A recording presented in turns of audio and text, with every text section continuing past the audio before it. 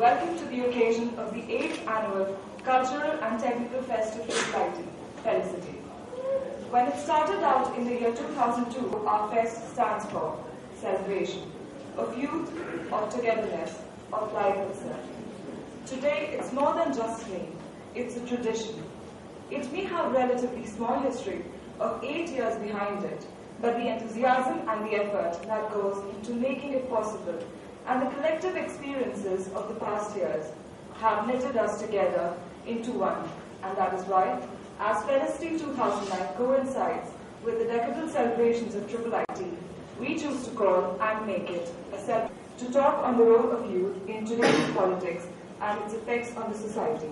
May I now invite Dr. Narayan to deliver a speech.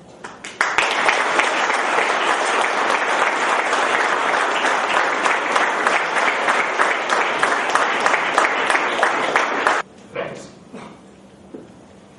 I am truly delighted to be with you this morning, because these are the moments when those of us who are busy in the mundane world of public affairs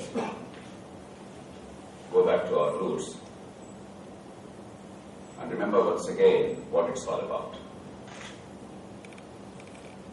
Einstein once said, 20th century is characterized by perfection of means and confusion of ends.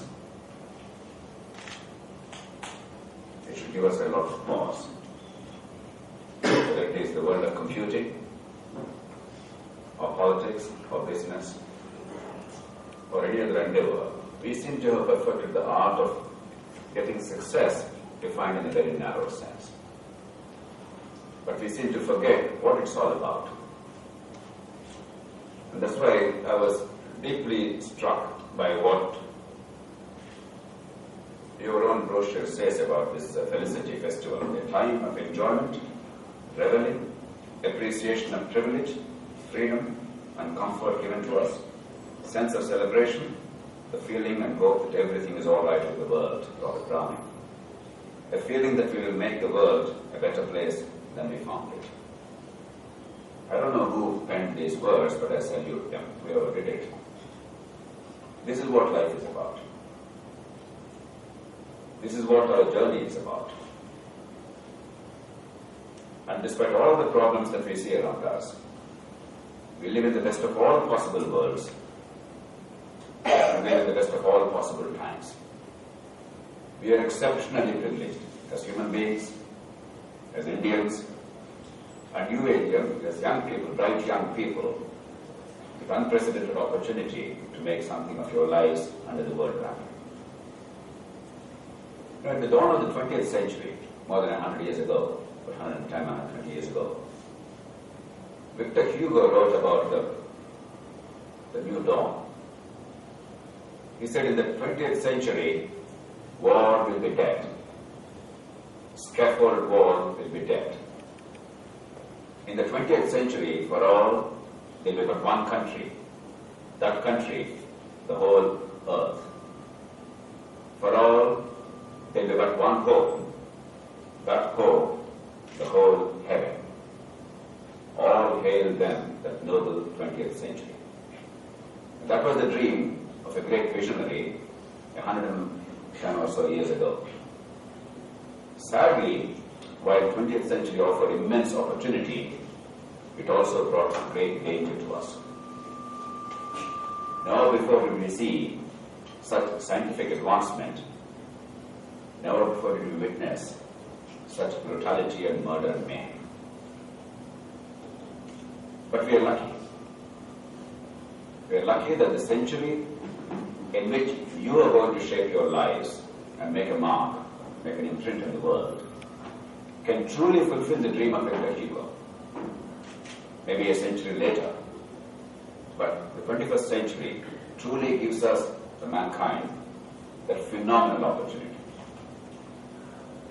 Luckily for us, and luckily for you in particular, there is not a single problem today, barring a few things which we cannot control. Death is something we cannot control. But death in old days, after a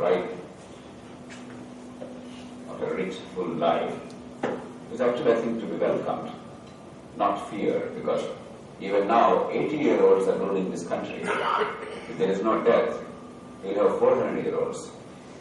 All of you guys will have no chance at all to reshape the world. So death is a good thing, as long as it's a natural death at an appropriate time. We cannot stop it, and probably we should not stop it. Premature death is something we should try and do our best to stop. Old age accompanies death. Some of us pretend that we have no old age, but the reality is, nature takes a toll on your bodies eventually. You will not be what you are now. That's the law of nature.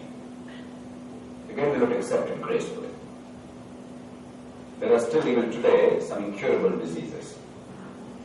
Maybe one day they will also be cured, but until that time, we only can hope that we can prevent them or will not be unfortunate victims of those diseases, but otherwise there's nothing much we can do. A meteor may always strike us, and one day it might happen.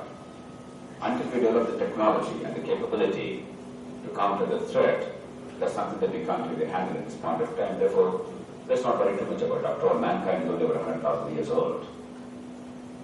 And if a meteor is going to strike us in a few million years' time, so be it. My daughter, who is almost 13 years of age, the other day broke into tears. But she was reading a bit about astronomy and things like that. And then she discovered that ultimately the Earth, and the solar system, the Milky Way galaxy, and in fact all the galaxies and stars, they will all become cold, stellar bodies out there, simply roaming about in the universe. One day, maybe another 8 billion years later, maybe 10 billion years later, depending on the astronomer you read, one day it's going to happen. So she broke into tears and said, if ultimately it's going to be a cold, lifeless universe, what is this all about? I have no answer. I only had to tell her that, look, our lifespan is this much. We have some understanding of history and mankind. Make the most of it meanwhile. Don't bother about what will happen 8 billion years later, or 5 billion years later.